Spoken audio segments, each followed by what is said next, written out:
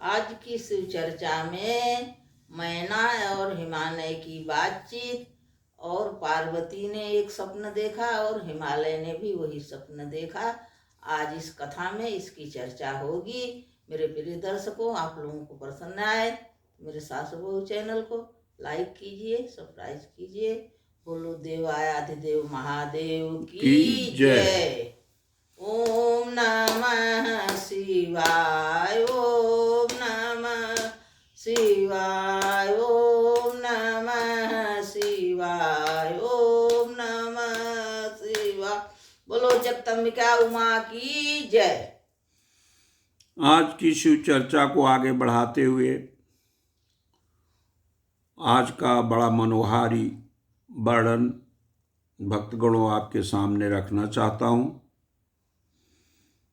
जब नारद ने गिरिराज को उमा के भावी पति के बारे में, जगदम्बिका के भावी पति के बारे में, शिवा के पति के बारे में चर्चा की तो हिमवान तो संतुष्ट हो गए थे, लेकिन उनकी जो पत्नी मैना थी उन्हें ये बात अच्छी नहीं लगी थी।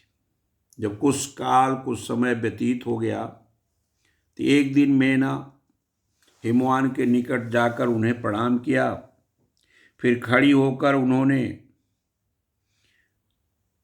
अपने पति से बड़ी ही विनयपूर्वक बोली कि हे प्राणनाथ, उस दिन नारद मुनि जी ने जो बात कही थी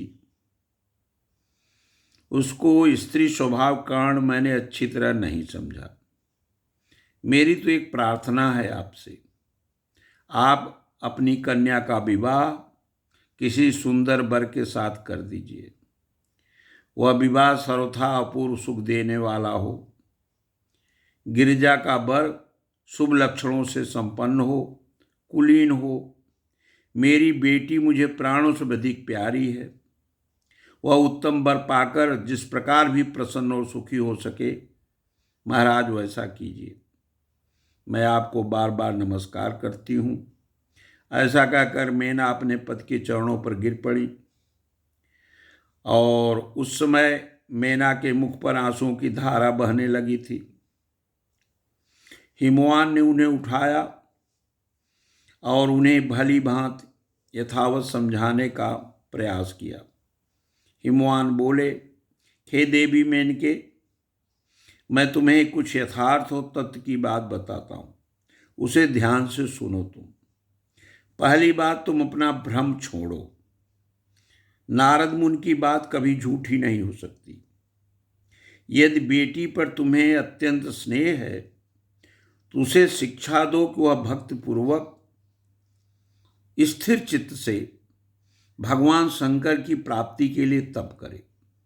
हे मेनके, यदि भगवान शिव प्रसन्न होकर तुम्हारी पुत्री का पाणी ग्रहण कर लेते हैं तो सब शुभ ही होगा।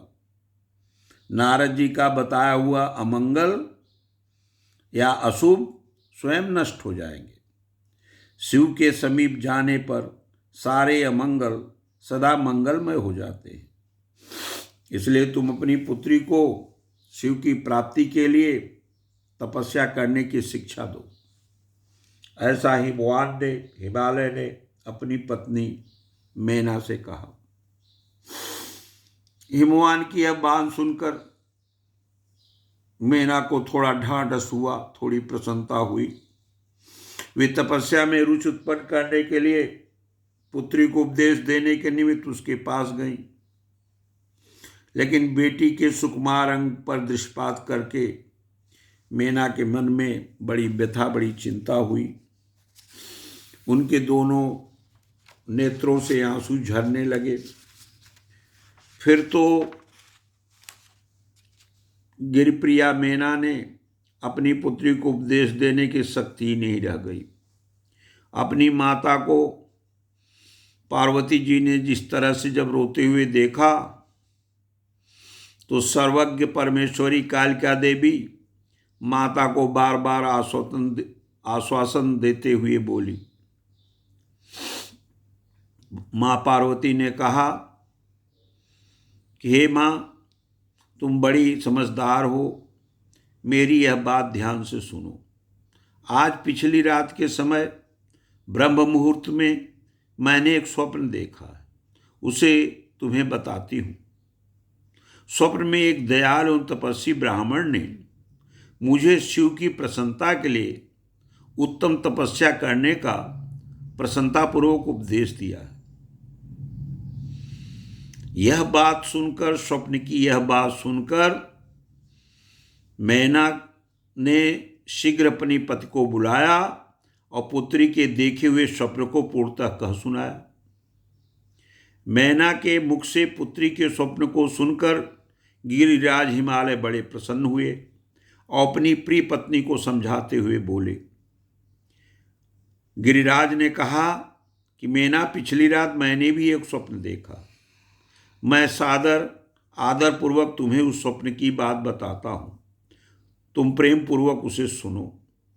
एक बड़े उत्तम तपस्वी थे और नारद जी ने जैसे लक्षण बताए थे उन्हीं लक्षणों से युक्त शरीर को उन्होंने धारण कर रखा था। वे बड़ी प्रसन्नता के साथ मेरे नगर के निकट तपस्या करने के लिए आए। उन्हें देखकर मुझे बड़ा हर्ष हुआ और मैं अपनी पुत्री को साथ लेकर उनके पास गया। उस समय मुझे ज्ञात हुआ कि नारद जी के बताए हुए वर भगवान शंभु ये ही हैं। तब मैंने उन तपस्वी की सेवा के लिए अपनी पुत्री को उपदेश देकर उनसे भी प्रार्थना की कि वे इसकी सेवा स्वीकार करें, परंतु उस समय उन्होंने मेरी बात नहीं मानी। इतने में ही वहाँ सांख्य और वेदांत के मतों में बहुत बड़ा विवाद छिड़ गया। तदनंतर उनकी आज्ञा से मेरी बेटी वहीं रुक गई और अपने हृदय में उन्हीं की कामना रखकर भक्तिपूर्वक उनकी सेवा करने लगी। हे सुमुखी, हे मैना, यही मेरा देखा हुआ स्वप्न है जिसे मैंने तुम्हें बता दिया। अतः प्रिय, हिमराज ने कहा कि कुछ काल तक इस स्वप्न के फल की प्रतीक्षा करनी चाहिए, हमें भी और तुम्हें भी। इस समय यही उचित जान पड़ता है। तुम निश्चित समझो, यही मेरा विचार है। ऐसा कहकर गिरिराज हिमवान मेनका शुद्ध हृदय से उस स्वप्न के फल की परीक्षा एवं प्रतीक्षा करने लगे। नारद जी हमेशा भक्तगणों के लिए, भक्त शिरोमणि तो हैं ही, अन्य भक्तों का भी कल्याण चाहते हैं। भगवान शंकर का यशगान करते हुए वे वहाँ से गुजरे। उन्होंने बताया, भगवान शंकर हमेशा मंगलकारी हैं, भक्ति वर्धक हैं, उत्तम हैं। उन्होंने उस वृत्तांत को बहुत बढ़ा चढ़ा के बताया। भगवान शंकर के बारे में जो जो बातें आम विदित हैं, बस उन्हीं बातों को रुचिकर ढंग से नारद जी ने शिवा को बताया।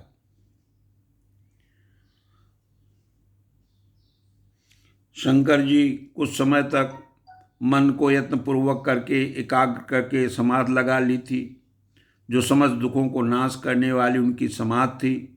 समाधि में वे अविनाशी स्वरूप का दर्शन करने लगे थे। इस तरह तीनों गुणों से रहित वे भगवान शिव चिरकाल तक सुस्थिर भाव से समाधि लगाए बैठे रहे। विप्रभ स्वयं ही माया के अधिपति निर्विकार परम ब्रह्म हैं। तदनंतर जब असंख्य वर्ष व्यतीत हो गए, तब न उन्होंने समाधि छोड़ी। उसके बाद तुरंत ही जो चरित्र हुआ उसका यहाँ पर प्रसंग है, उसी का यहाँ वर्णन है। भक्तगण, एक छोटी सी चर्चा और आती है इसी बीच में कि भगवान शिव के ललाट से उस समय श्रम जनित पसीने की एक बूंद पृथ्वी पर गिरी और तत्काल एक शिशु के रूप में परिणित हो गई। उस बालक की 4 भुजाएं थीं, शरीर की कांत लाल थी और आकार मनोहर था। दिव्य दूत से दीप्तमान वह शोभाशाली बालक अत्यंत तेज से संपन्न था। उस समय लोकाचार प्राण परमेश्वर शिव के आगे वह साधारण शिशु की भांति रोने लगा। यह देखकर पृथ्वी जो है भगवान शंकर से भयमान उत्तम बुद्धि से विचार करने के पश्चात एक सुंदरी स्त्री का रूप धारण करके पृथ्वी वहां प्रकट हो गई। उन्होंने उस सुंदर बालक को तुरंत उठाकर अपनी गोद में रख लिया और अपने ऊपर प्रकट होने वाले दूध को ही उस बच्चे को, उस शिशु को पिलाने लगी। उन्होंने स्नेह से उसका मुंह चूमा और अपना ही बालक मान हंस हंस कर उसे खिलाने लगी। परमेश्वर शिव का हित साधन करने वाली पृथ्वी देवी सच्चे भाव से स्वयं उसकी माता बन गई। संसार के सृष्टि करने वाले परम कौतुकी अंतर्यामी शंभु, अंतर्यामी शिव यह चरित्र देखकर हंस पड़े और पृथ्वी को पहचान कर उनसे बोले, हे धरणी, हे पृथ्वी, तुम धन्य हो। मेरे इस पुत्र का प्रेम पूर्वक पालन करो। यह श्रेष्ठ शिशु महातेजस्वी शंभु के श्रम जल पसीने से तुम्हारे ही ऊपर उत्पन्न हुआ है। हे वसुदेव, यह प्रियकारी बालक यद्यपि मेरे श्रम जल से प्रकट हुआ है तथा तुम्हारे नाम से तुम्हारे ही पुत्र के रूप में इसकी ख्यात होगी। यह सदा त्रिविध तापों से रहित रहेगा, अत्यंत गुणवान और भूमि देने वाला हो गया। यह मुझे भी सुख प्रदान करेगा, तुम इसे अपनी रुचि के अनुसार ग्रहण करो। ऐसा कहकर भगवान शिव चुप हो गए। उनके हृदय से विरह का प्रभाव कुछ कम हो गया था। उनमें विरह क्या था, वे लोकाचार का पालन कर रहे थे। वास्तव में सत्पुरुषों के प्रिय श्री रुद्रदेव निर्विकार परमात्मा ही है। शिव की आज्ञा को सिरोधार करके पुत्र सहित पृथ्वी देवी शीघ्र ही अपने स्थान को चली गई। उन्हें अत्यधिक सुख मिला। वह बालक बाद में चलकर भौम नाम से प्रसिद्ध हुआ। जब वो बड़ा हुआ, सयाना हुआ, तो काशी गया और वहाँ दीर्घ काल तक भगवान शंकर की सेवा की। विश्वनाथ जी की कृपा से ग्रह की पदवी पाकर वह भूमि कुमार शीघ्र श्रेष्ठ एवं दिव्यलोक में चले गए, जो शुक्ल लोक से परे है। और बाद में इसी दिन को, इसी ग्रह को मंगल ग्रह की संज्ञा दी गई। यह एक अत्यंत ही रहस्य जनित वर्णन है रुद्र संहिता में, जो आज भक्तगणों, श्रोतागणों आपके सामने सुनाया हूँ। हाँ, भौम नाम से प्रसिद्ध बालक ही बाद में चलकर मंगल ग्रह के नाम से जाना गया। आज की चर्चा यहीं समाप्त होती है। बोलिए देवादिदेव महादेव की जय। ओम नमः शिवाय।